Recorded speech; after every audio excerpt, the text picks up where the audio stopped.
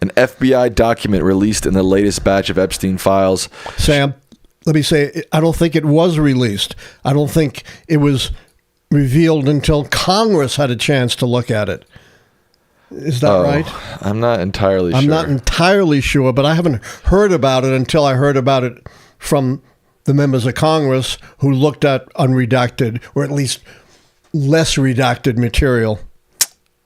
That might be true.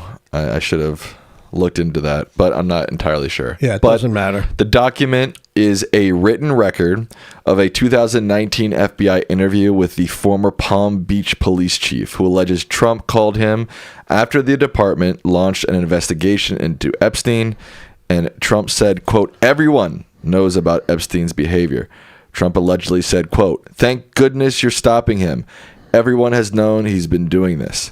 Asked by reporters in 2019, when Epstein was arrested by federal agents for sex trafficking, if Trump had any suspicions about Epstein, Trump said, "No, I had no idea. I haven't spoken to him in many, many years." Many are pointing out this 2006 call as clear evidence that Trump was lying in 2019. But when White House Press Secretary Caroline Leavitt was asked about the report and the call, she said it, quote, "may or may not have happened in 2006. I don't know the answer. What President Trump has always said is that he kicked Jeffrey Epstein out of his Mar-a-Lago club because Epstein was a creep. And that remains true in this call. If the call did happen, it corroborates exactly what President Trump has said from the beginning. In the 2006 call, Trump also allegedly warned the Palm Beach police to stay focused on, quote, evil Maxwell. After an unusual interview with Deputy Attorney General Todd Blanche in 2025, Maxwell was transferred from a prison in Florida to a lower minimum security prison in Texas. On Monday, Maxwell refused to answer questions from the House Oversight Committee, but her attorney said she is, quote, prepared to speak fully and honestly if Donald Trump, who allegedly once called her evil, grants her clemency. Yeah, she'll do anything, they tell her to if she has clemency. Understand this. Trump in that call, which we'll focus on a little bit more in a moment, called her evil. Said, it's really important you focus on Maxwell, not just on Epstein. And now Maxwell has suddenly found favor with the Trump administration. You had that softball interview with Trump's former lawyer, now government official, DOJ official, Todd Blanche, in which she said, oh, no, Trump is pure as the driven snow. He has never done anything wrong. And right after that, she gets transferred to, this minimal security prison, which she should not be in. Serious sex offenders do not go to the prison farm. She got 20 years for serious sex offenders. As Trump said himself, just as evil, just as horrible as Jeffrey Epstein. Now, all of a sudden, Maxwell is finding favor because they're using her to try to exonerate Trump.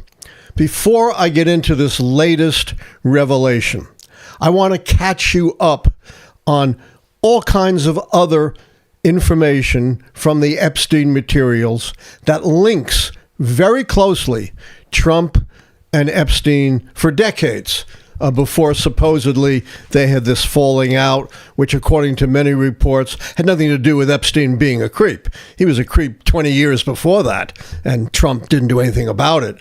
It had to do with some falling out over the two of them bidding for a property.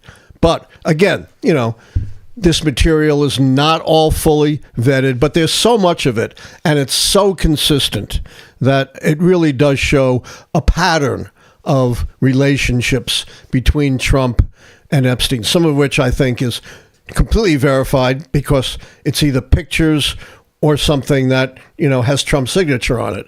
But according to the material, in 2002, and this isn't something just revealed in the material. This is on tape. Trump, often tries to deny things that are on tape, saying, I never said it. Well, he said this. We don't have to rely on a source that may be unreliable, Sam, in the Epstein materials. This is on tape. 2002, in a New York magazine interview, Trump said he had known Epstein for, quote unquote, 15 years. And did he call him a creep, Sam? No. No, he called him, quote unquote, a terrific guy. Yuck. Yuck. This is 2002. As you'll see, this is decades after Trump had had a close relationship, according to the sources with Epstein. And then Trump adds, it is even said, and I'm quoting, quote, it is even said that he likes beautiful women as much as I do. And many of them are on the younger side, unquote. How would he know that if he didn't know what Epstein was up to? Sounds pretty suspicious to me. It's extremely suspicious. And now going to the material in the Epstein file, all the way back to 1989, the material indicates that they already were beginning a relationship. By 2000 and not surprisingly, by 2002, if you date it back to 1989, that's almost exactly 15 years, right? I'm bad at math. Yeah, well, 11 years to 2000, 2 more years, that's 13 years. And so he only had to have known him a couple of years before that. According to the material, he went with Epstein to Trump's casino in Atlantic City. And according to the hotel manager, again, Trump said, quote, yeah, Jeffrey likes them young. 3 years later, according to the material, they were spotted together at a party Trump threw at Mar-a-Lago. Again, we don't have to rely on secondhand material. Apparently, there was footage of the event that NBC unearthed in 2019. And we know that Epstein attended Trump's wedding to his second wife, Marla Maples. You don't invite people to your wedding if you think they're a creep or you don't have any kind of relationship with them, do you? No. No. And I think that was also around 1993. And there are all kinds of allegations of Trump acting improperly with women. They're not verified. They're not corroborated. I'm not going to go through them, but they are out there. But here is what is corroborated, along with the other material that I presented to you that's very well corroborated. The birthday card. Remember the famous birthday card? Right. It's an outline of a naked woman, and among other things, it says that they shared a secret. Well, what could that secret be, Sam, other than what Epstein was doing with underage women, which Trump had already essentially acknowledged about him liking so much young women. Now, that was published by the Wall Street Journal. Trump denied it, but I find, in my opinion, having followed Trump for a very long time, his denial not credible. Same way he denied ever saying shithole countries. And then, oh yeah, of course I said that. You know, so many times he's denied things that are absolutely provable. Here's why I think this is real. It says, may every day be another wonderful secret. Signed, Donald. You know, I have a signed letter from Donald, and I'm no handwriting expert, but it sure looks pretty identical to Donald Trump's signature. Nobody else that I've ever seen signs their name exactly the way Donald Trump does in those big Sharpie letters. Moreover, Sam, this is 2003. Right. It's more than a decade before he got involved in politics. Why would anyone back in 2003 go through the elaborate enterprise of creating that birthday card and then forging Donald's name? It staggers the imagination. Moreover, according to the New York Times, indeed, Trump was on a list of contributors for the book of birthday cards that the letter allegedly appeared in. Further corroboration. Trump does what he always does. He sued them, sued the Wall Street Journal. That suit is going absolutely nowhere. So even before this latest revelation, which I believe only came when they unredacted certain materials and gave it to Congress, but I'm not certain about that. Pretty sure. Maybe someone in our chat could clear that up. And as you said, he openly admitted that, yes, of course I knew what Epstein was doing about young girls. Everybody knew it, he said. Well, everybody includes him.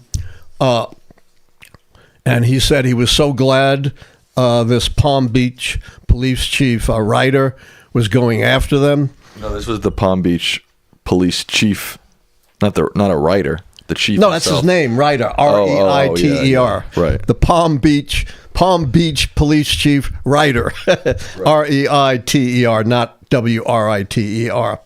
And he said he was so glad that they're going after him.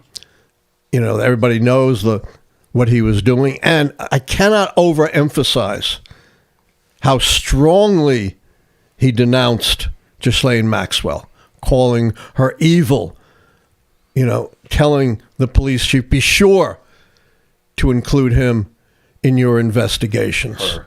So now we have, assuming this is accurate, I have no reason anyone would forge this, but, again, one of the big problems in the way they release this material, they don't give you any context or verification, but it certainly seems accurate. And in fact, I think you told me the White House didn't deny it, but put a spin on it. They said they didn't know if it was real or not, but if it was, it actually corroborates Trump and shows that, he was a good guy, trying to stop them, was actively calling them out, et cetera, et cetera. Well, I have a few things to say about unpacking that.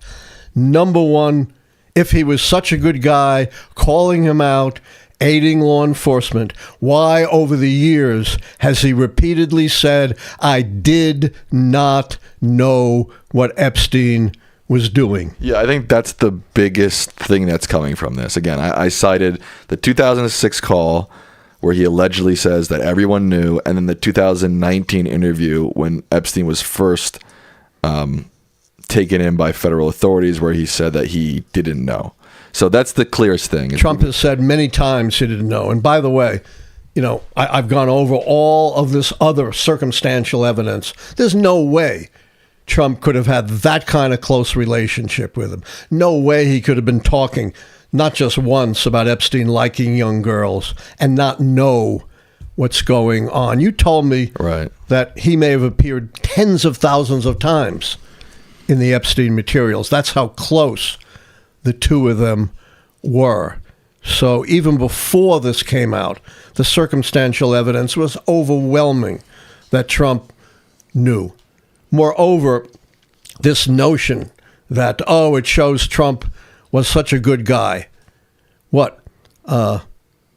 Almost 20 years after he had a relationship with Epstein, and only after he broke with him, supposedly over conflict of a real estate deal, all of a sudden, when Epstein is under investigation, when the police are after him, all of a sudden, Donald Trump is the good guy, right? Saying, yeah, you got to go after Epstein, you got to go after Maxwell. Where was Trump for the 20 years before that?